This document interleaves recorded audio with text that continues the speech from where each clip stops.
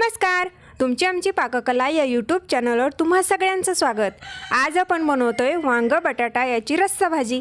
त्यासाठी रानातील हिरवीगार आणि काटेबाज अशी वांगी घेतली आहेत। त्यासाठी लागणार आहे 1 चमचा जिरं, 2 तमालपत्र, हळद, कढीपत्ता, घरगुती लाल चटणी, मोठं मीठ, मिरं आणि लवंग, बारीक चिरलेला कांदा, टोमॅटो, लसूण आणि आलं, कोथिंबीर, खोबऱ्याचा खीस। आता आपण मसाला बनवायला घेऊया। त्यासाठी मिक्सरच्या एका भांड्यामध्ये आलं, लसूण, कोथिंबीर आणि खोबऱ्याचा खीस टाकून घेऊया। इथं मी लसणाची अख्खी कुडी घेतली आहे, आल्याचा छोटासा तुकडा घेतला आहे, 2 ते 2.5 चमचे खोबऱ्याचा खीस घेतला आहे। हे मिश्रण बारीक करून झाले। आता गॅसवरती कढई ठेवून 1 पळी तेल टाकूया। थोडंसं तेल गरम झालं की त्याच्यामध्ये कापून घेतलेला कांदा टाकूया। हा कांदा आपल्याला मध्यम आचेवरती चांगला भाजून घ्यायचा आहे, फार सोनेरी होईपर्यंत भाजायचा नाहीये। कांदा थोडासा परतला की आपण त्याच्यामध्ये टोमॅटोही टाकूया।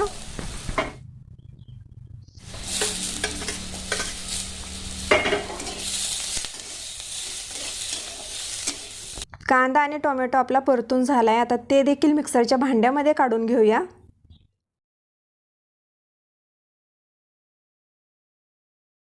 ह्याची आपल्याला बारीक अशी पेस्ट करायची आहे, पाणी वगैरे घालायची याच्यात गरज नाहीये, आहे असंच आपल्याला हे बारीक करून घ्यायचंय।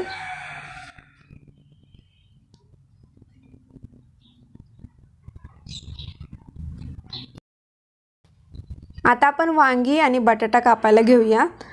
बटाट्याचे असे मी 4 भाग करते। शक्यतो या भाजीला मोठ्या आकारातच कापून घ्यायचं, बटाटा आणि वांग।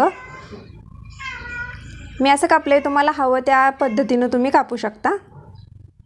वांग आणि बटाट्याची ही भाजी आहे, सातारा भागात त्याला शाक असं म्हणतात। लग्न समारंभात आणि धार्मिक कार्यात सर्रासपणे ही भाजी केलीच जाते। आता कापून झाले आपलं। गॅसवरती कढई ठेवून त्याच्यामध्ये तेल टाकूया। तेल गरम झालं की कढीपत्ता टाकून घेऊया, जिरं टाकूयात,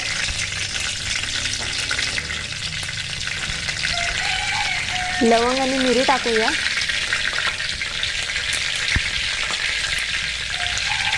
तमालपत्राची पानं तोडून टाकूया, म्हणजे त्याची चव आणखी बसेल। हे थोडंसं तडतडलं की त्याच्यामध्ये हळद टाकूया। सुरुवातीला हळद टाकायची नाही। आता आपण जी प्युरी केली होती टोमॅटो आणि कांद्याची, ती टाकून घेऊया। ही पण आपल्याला जरा वेळ तेलामध्ये परतून घ्यायची।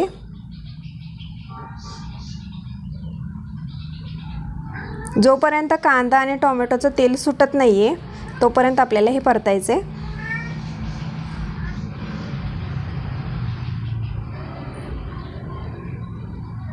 बघा आता हळूहळू त्याला तेल सुटायला लागले।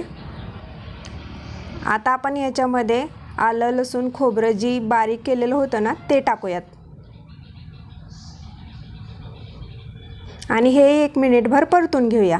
आता त्याच्यामध्ये घरगुती लाल चटणी, मोठं मीठ टाकून घेऊया,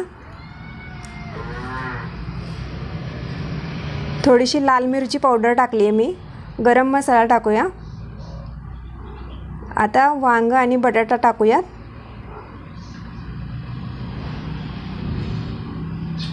हे 1 अर्धा मिनिट परतून घेऊयात या सगळ्या मसाल्यामध्ये। गॅस थोडा बारीक करायचा।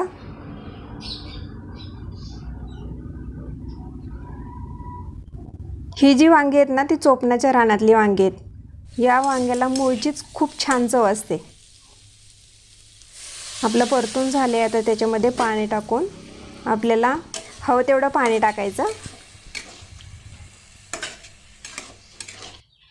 मस्तपैकी आपण याला आता शिजवून घेऊया।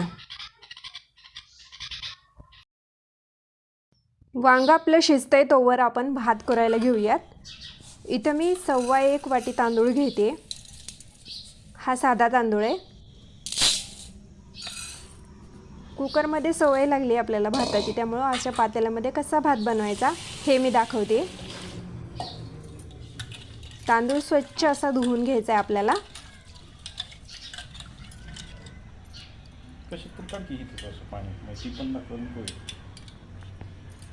पाणी काढून घेऊया त्याचं.